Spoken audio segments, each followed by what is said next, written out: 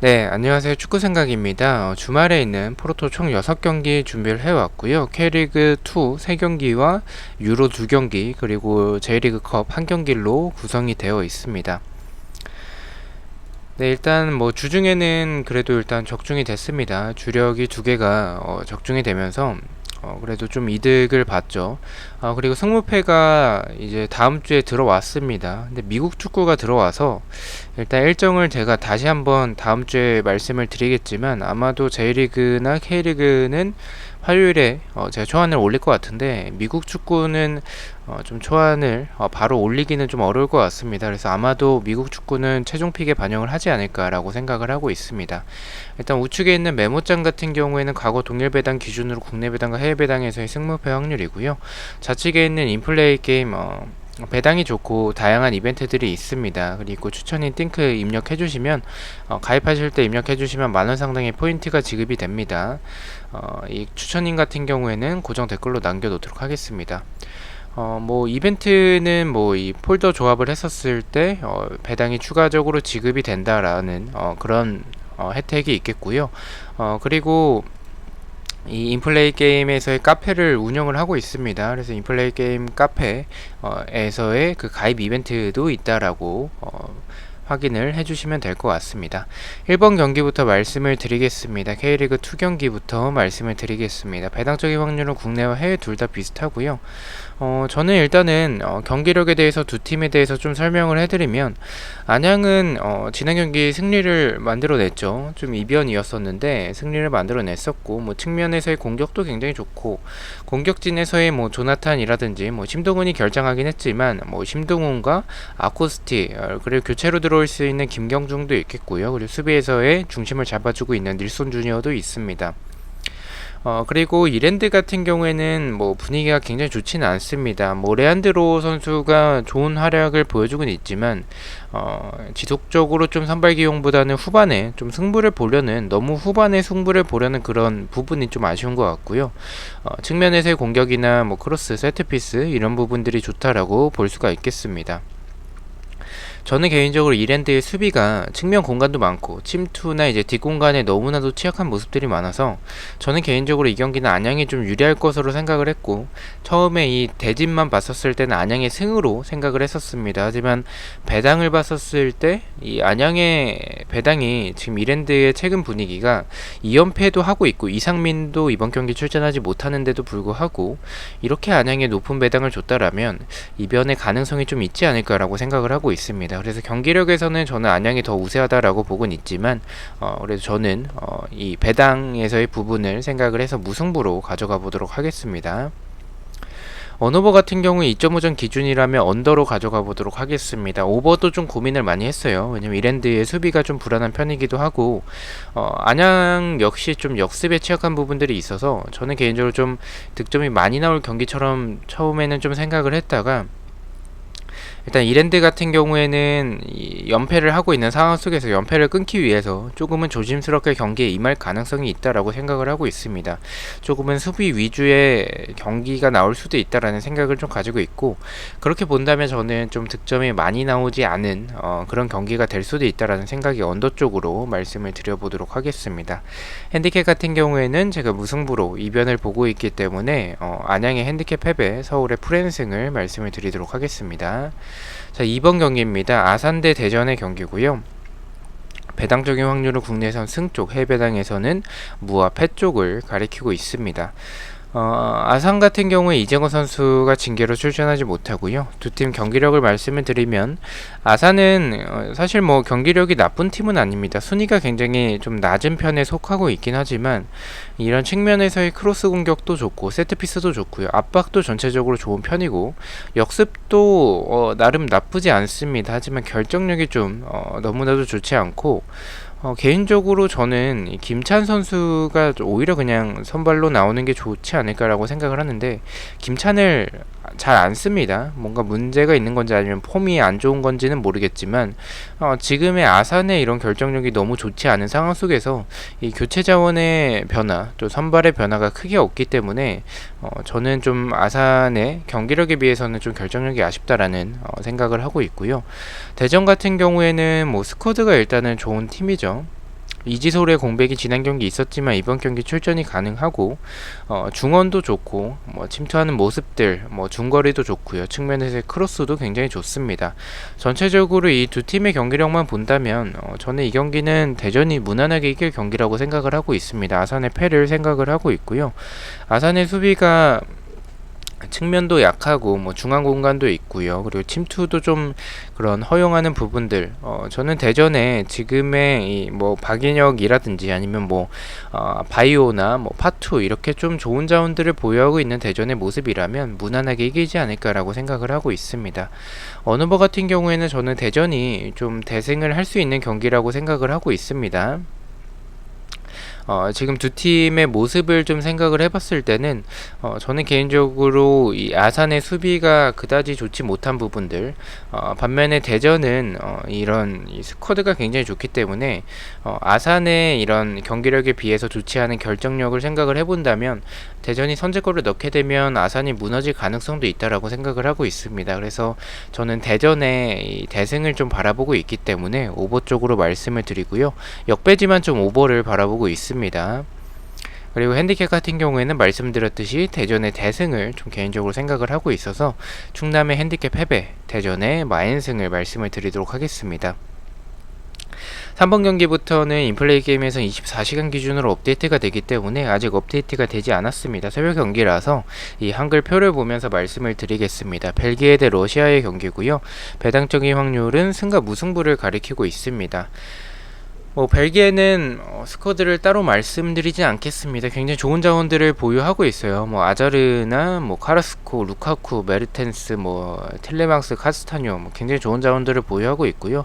공격진도 좋고 측면에서의 크로스 공격도 굉장히 준수했었습니다. 러시아 같은 경우에는 지르코프 아직도 뛰고 있더라고요. 그리고 주바는 지금 전방에서의 포스트 플레이가 굉장히 좋은 역할을 좀 보여주고 있다라고 생각을 하고 있고요.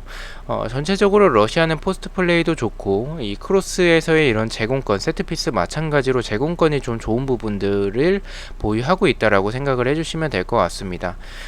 이런 연계를 잘하는 벌리라고 생각을 해주시면 될 것 같습니다. 수비는 측면과 뒷공간에 대한 불안함을 가지고 있고 벨기에 같은 경우에는 이런 토비나 베르통원 이런 선수들을 보유하고는 있는데 사실 이 선수들이 나이도 좀 있는 편이고 주력이 빠르진 않기 때문에 이런 침투에 대해서는 좀 불안한 부분이 있다라고 생각을 해주시면 될 것 같습니다. 이 경기는 벨기에가 무난하게 이길 것이라고 생각을 하고 있습니다. 러시아의 경기력이 생각보다 좋아서 이 데브라이너의 출전 여부가 불투명한 상황입니다. 비첼은 아마도 출전이 좀 어려워 보이고요.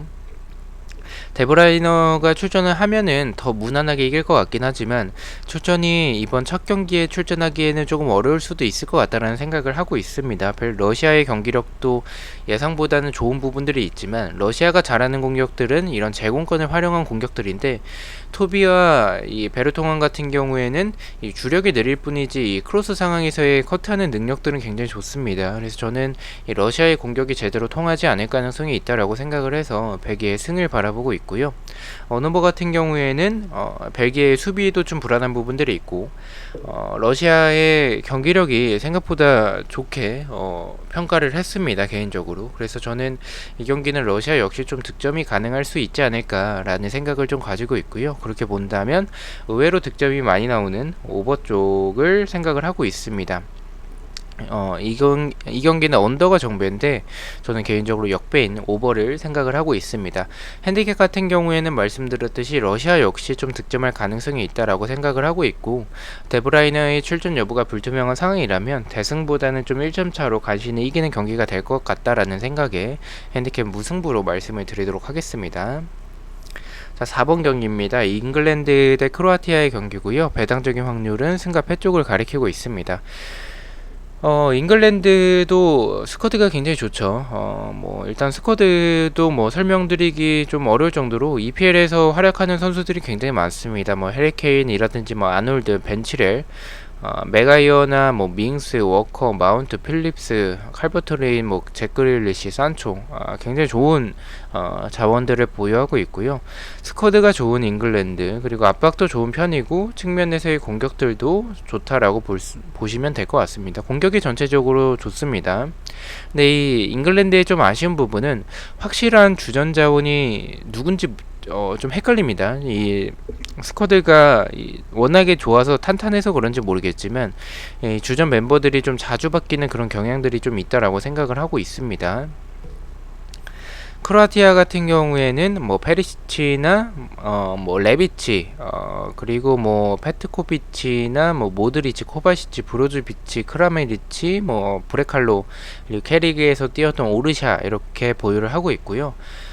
경기력은 나쁘진 않았어요. 뭐 측면에서의 크로스 공격도 굉장히 준수했고 압박도 좋았고요. 중원이 일단 모드리치, 코바시치, 브로즈비치라 이 중원이 좀 탄탄하다라고 보시면 될 것 같습니다. 침투하는 모습들도 굉장히 좋았습니다. 근데 일단은 뭐 크로아티아의 수비가 단단해 보이진 않았었고 잉글랜드도 뭐 측면에 대한 공간들이 있긴 하지만 이 두 팀의 스쿼드 그리고 경기력을 비교했을 때 크로아티아의 경기력이 나쁘진 않지만 잉글랜드의 스쿼드가 워낙에 좋아서 우승 후보 중에 한 팀이라고 생각을 하고 있습니다. 저는 잉글랜드가 이 경기 무난하게 잡을 수 있다라는 생각을 가지고 있어서 잉글랜드의 승을 바라보고 있고요. 원오버 같은 경우에는 잉글랜드가 첫 경기이기 때문에 선제골을 넣고 그것을 지키는 방향으로 가지 않을까라고 생각을 하고 있습니다. 크로아티아의 수비가 단단하지 않은 부분 때문에 오버도 조금 고민을 했으나 잉글랜드의 이런 확실한 주전 자원이 저는 좀 없다라고 생각을 하고 있습니다. 그렇게 본다면 이런 조직력적인 부분에서는 이 경기는 좀 많은 득점이 나오진 않을 수도 있겠다. 왜냐하면 크로아티아의 중원도 굉장히 탄탄하기 때문에 저는 언더 쪽으로 바라보고 있습니다. 핸디캡 같은 경우에 말씀드렸듯이 득점이 많이 나오진 않을 것 같다라고 생각을 해서 저는 잉글랜드의 1점 차의 승리 핸디캡 무승부로 말씀을 드리도록 하겠습니다. 잠시 물 좀 마시겠습니다.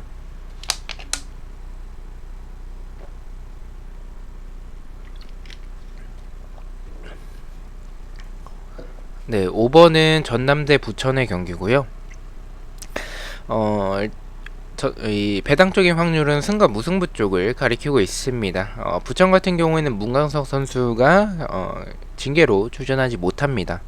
전남은 지난 경기에 굉장히 좋은 활약을 보여줬죠. 이번 시즌에 전남은 뭐 공격적으로도 굉장히 좋다라고 볼 수가 있을 것 같습니다. 지난 시즌은 좀 수비가 좀 안정적이었다면 이번 시즌은 공격적인 모습에서 더 좋다라고 생각을 하고 있습니다. 중거리도 좋고 역습도 굉장히 좋습니다. 크로스나 세트피스도 좋고 지난 경기 헤트트릭한 발로텔리 이 전방에서의 발로텔리나 박희성이나 사무엘 이렇게 3명의 선수가 이 신장이 좀 있기 때문에 이 크로스만 올라가게 된다면 또는 세트피스에서도 그렇고요. 굉장히 위협적인 모습을 보여주고 있습니다.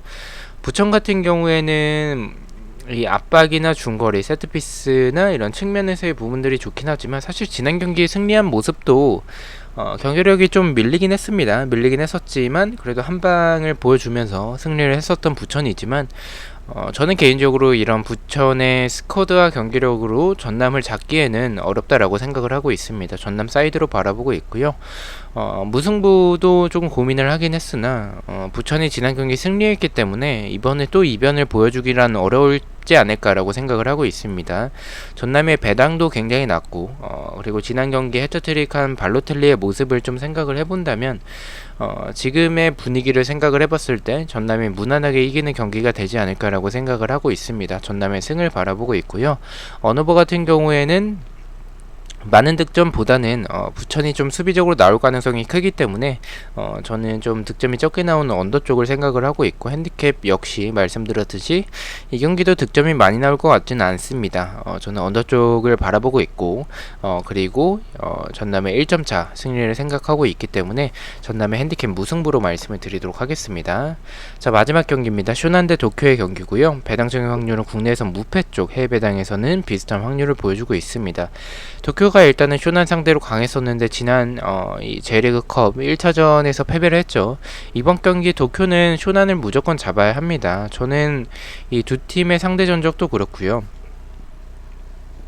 지난 경기 쇼난이 승리하긴 했었지만 크로스 상황에서의 웰링턴 선수의 한 방이었었고, 도쿄가 사실 경기는 주도했었고 경기는 굉장히 많이 밀어붙였습니다. 레안드로도 복귀를 하면서 좋은 활약을 좀 보여주긴 했었지만 결정력에서 좀 아쉬웠던 부분들이 있었습니다. 쇼난이 이 1차전에 승리를 했기 때문에 분명히 좀 지키려고 나올 텐데 도쿄가 그것을 충분히 뚫어낼 수 있지 않을까라고 생각을 하고 있습니다. 쇼난의 패를 바라보고 있고요.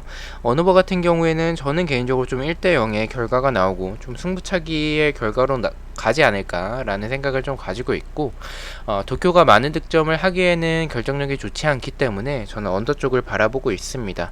핸디캡 같은 경우에도 일단 도쿄가 결정력이 뭐 좋은 팀은 아니기 때문에 이기더라도 1점 차로 간신히 이기는 경기가 될 것 같습니다. 쇼난의 핸디캡 무승부로 말씀을 드리도록 하겠습니다. 자, 이렇게 6경기에 대해서 공유를 모두 마쳤고요. 1번 경기부터 가장 추천을 드리는 픽을 말씀을 드리겠습니다. 1번은 안양의 언더, 2번은 아산의 패배, 3번은 벨기에 승을 가장 추천을 드리고요. 4번은 잉글랜드의 언더, 5번은 전남의 승리, 6번은 쇼난의 언더를 가장 추천을 드리도록 하겠습니다. 네, 이렇게 자 6경기 중에서 한 개의 픽을 가져와 봤고요. 이 부주력 픽입니다. 주력과 고배당 픽은 이 멤버십 회원분들에게만 공유가 되고 있고요. 단톡방 가입을 희망하시는 분들은 멤버십에 가입을 해주시면 좋을 것 같습니다. 첫 번째는 아산의 오버, 두 번째는 벨기에 오버, 세 번째는 쇼난의 패로 좀 7.8배당으로 부주력이지만 좀 높은 배당을 좀 받았습니다. 그만큼 배로 좀 보는 어느버에서 그런 경기들을 좀 가져와 봤고요. 우측의 인플레이 게임에서는 동일한 경기 아산의 오버를 가져갔었을 때 1.94배당에 이벤트까지 포함을 해서 1.99배당으로 배당이 높게 책정이 되신 것을 확인하실 수가 있습니다. 그래서 다양한 이벤트나 배당이 좋기 때문에 한 번씩 이용해 보시는 것도 추천을 드리도록 하겠습니다. 주말 프로토 공유는 이렇게 마치고요. 주말에 제가 좀 약속이 있어서 이번 주는 이렇게 영상 하나만 올리도록 하겠습니다. 다음 주에 승무패 경기들 그리고 프로토 경기들로 다시 찾아뵙도록 하겠습니다. 시청해주셔서 너무나도 감사드리고 구독과 좋아요 너무나도 감사합니다. 감사합니다.